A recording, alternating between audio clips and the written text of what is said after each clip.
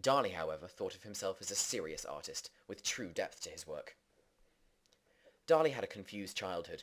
Overly loved by women and rejected by his father, he was very confused about his sexuality throughout his life and kept it to himself.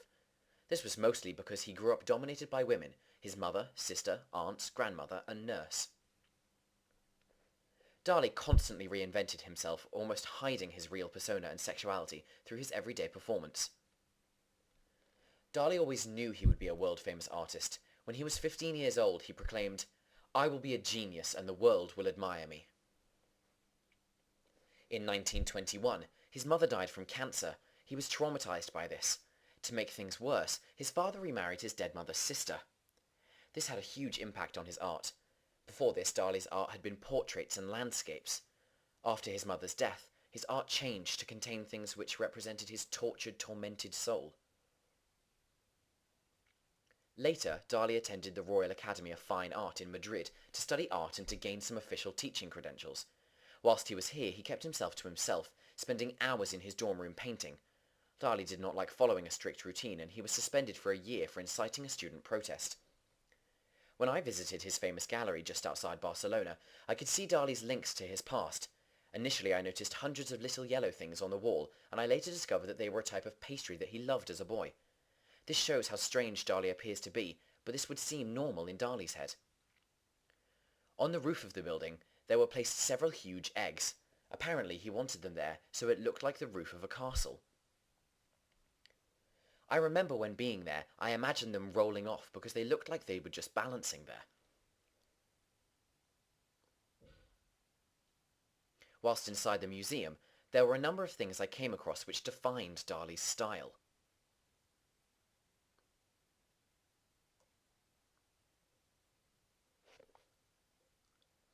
One piece in the central space was a car that rains on the inside. A wax model of a man sits at the wheel. There was also a model of a man with an ear for a nose and a nose for an ear, the typical weird Dali view of a face.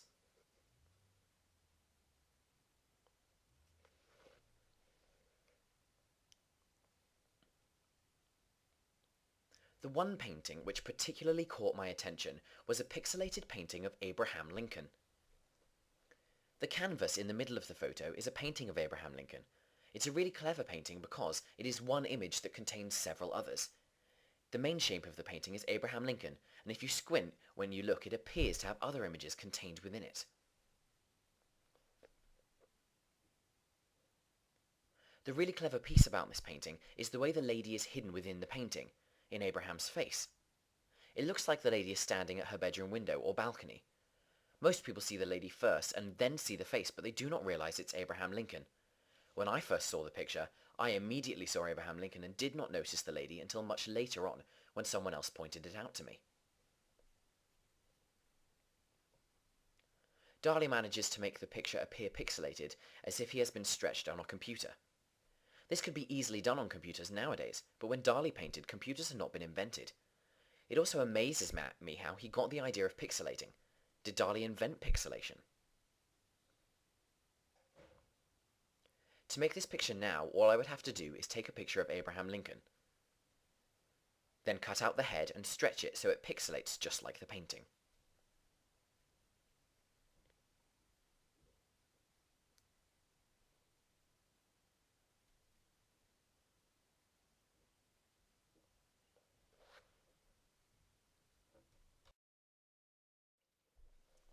This section of my personal study will be about surrealism and what makes something surreal. Then I will have a go at making my own piece of surrealism art. Wikipedia describes surrealism as the works feature the element of surprise, unexpected juxtapositions, and non sequitur. And my really old fat Oxford Dictionary at home says it's a 20th century movement in art and literature aiming to express the subconscious mind. Which means that it was something that came around by artists which is different from norm, anything which is out of the ordinary. Dali and Moreau are very well known for this.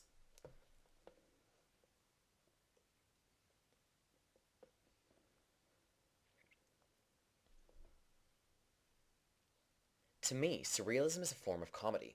Something funny is usually something that you don't expect, and what you don't expect can be surreal. This is why I think artists create surreal pieces of work in order to make people laugh and keep art interesting. If I were to make a really surreal piece of work, I would start by choosing what type of format I want to do it in. And I would choose Flash because that's what I'm good at.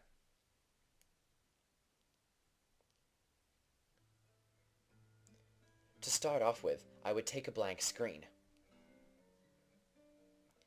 Then bring in something to start with. I'm going to choose Dolly as that's what we were talking about in the previous chapter. So here's a picture of him with his crazy mustache.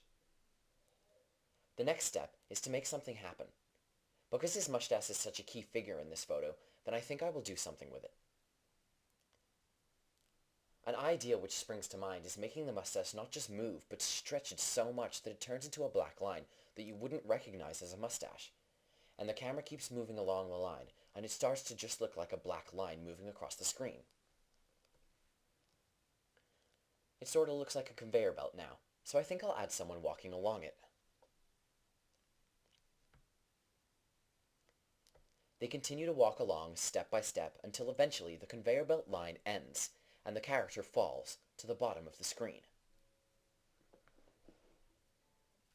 The canvas follows the character as it falls, so that you are no longer drawn to the line, but your focus falls upon the person. One of the greatest parts of surrealism is that you do not have to confine a character to one finite shape. Matter can change, transform, and ultimately be renewed. You can see now that the character has become a clock which will eventually melt. As a piece based on Dolly, I thought it was only right to include the figure which has made him so famous.